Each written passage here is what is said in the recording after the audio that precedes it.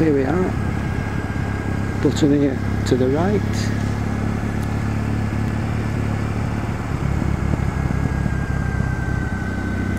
And I hope you can see that up to, well, dead ahead we have Brandreth, and if you were to hop over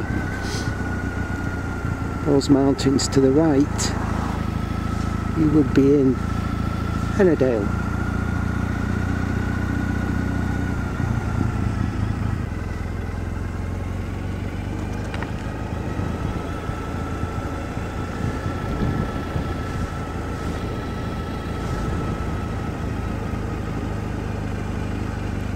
Has to be one of the nicest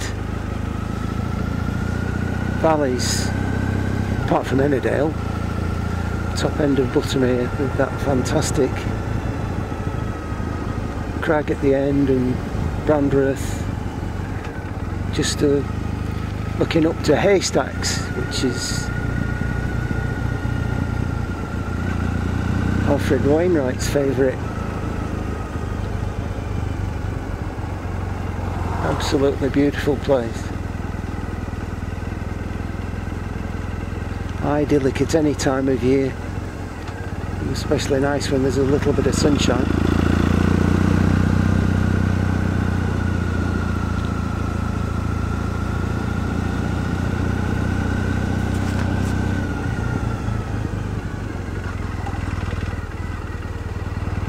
How did I know there was a dirty great big coach coming round that corner?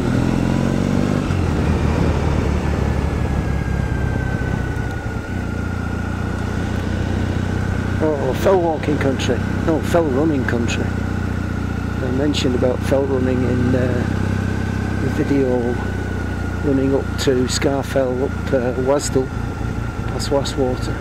This is the other side, where you would continue your fell run if you were doing the Bob Graham. 72 miles, 42 peaks, done in less than 24 hours. Ideally done in summer, because obviously you're going to be running in the dark for a certain proportion of that 24 hours.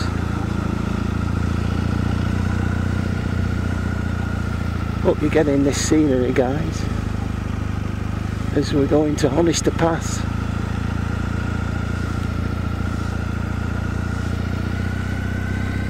Yeah. If my camera has switched itself off, I will be extremely upset. I'll trust it's still on. Don't press any buttons.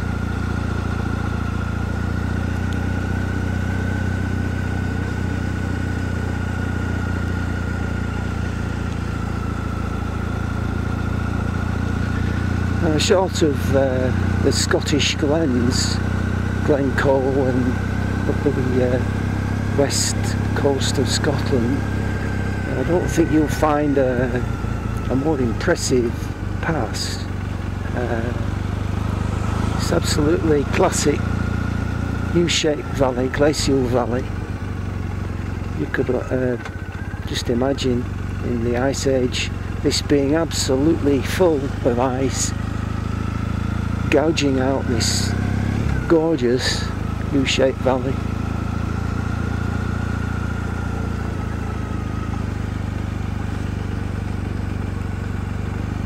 And taking all the ice and the moraine down to the sea, leaving lots of erratic boulders on its way.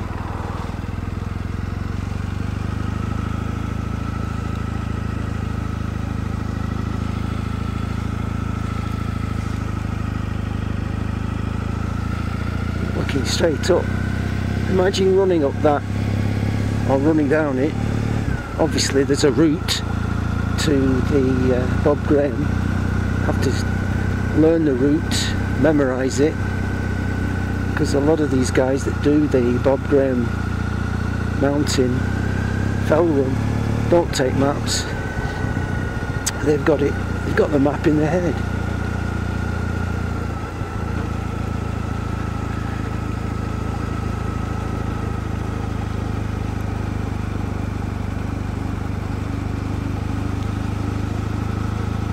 And here we are pootling along on a Triumph Bonneville 2012. And it's easy peasy. But if you've done any running at all, you'll appreciate to run up those or down those screes that you can see, the scree slopes. That takes some doing. The ankles and knee joints, not to mention hip joints, they've got to be made of strong stuff.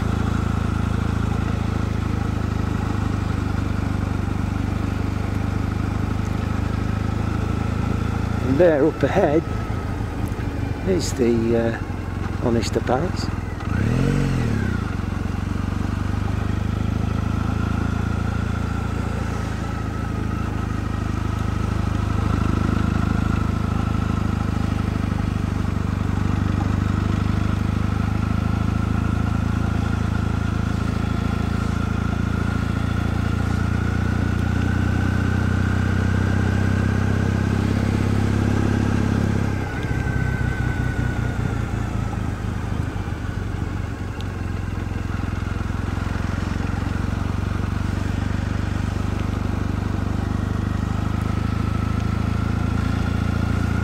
You can see those screes there now.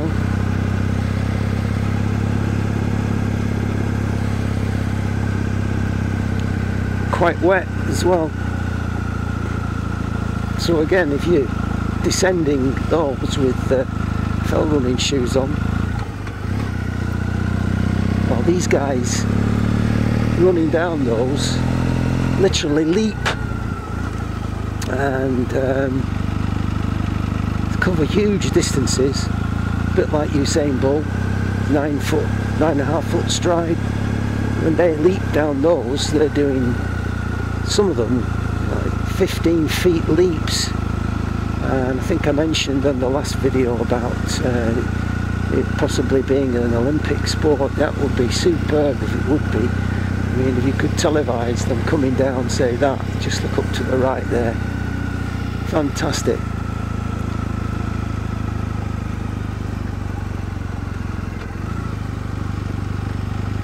A little known sport of fell running.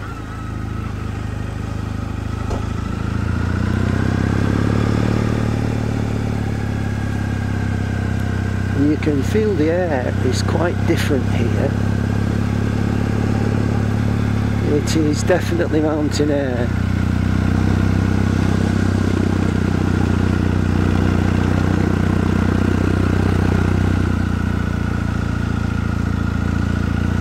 Now you see there's no rev counter on my Bonneville Mark 1, so you're just using the Mark 1 earlobe to work out what your revs are. So we're just chugging up here quite nicely in third gear.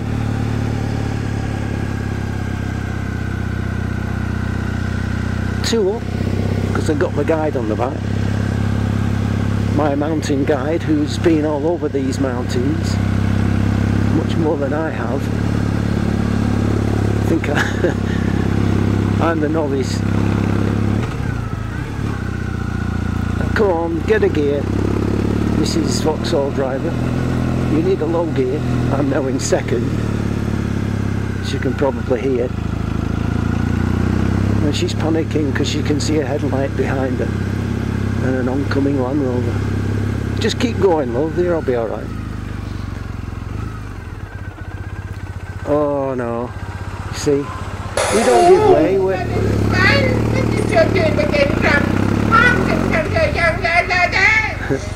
Now up to your right, guys, yeah, up to your right we've got the Slate Quarry,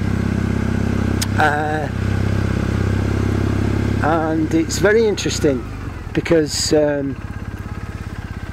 if you go up there, you see the fence line just above the car park there. Yeah. The fence line that goes up to the Slate Quarry.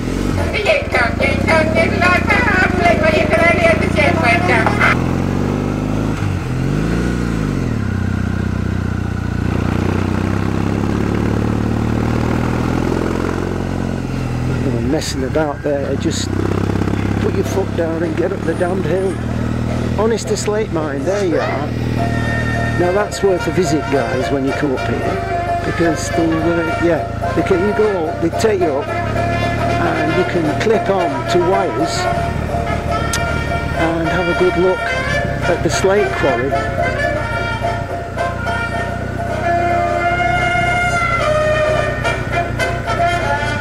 So now we have the downside of Honister Pass.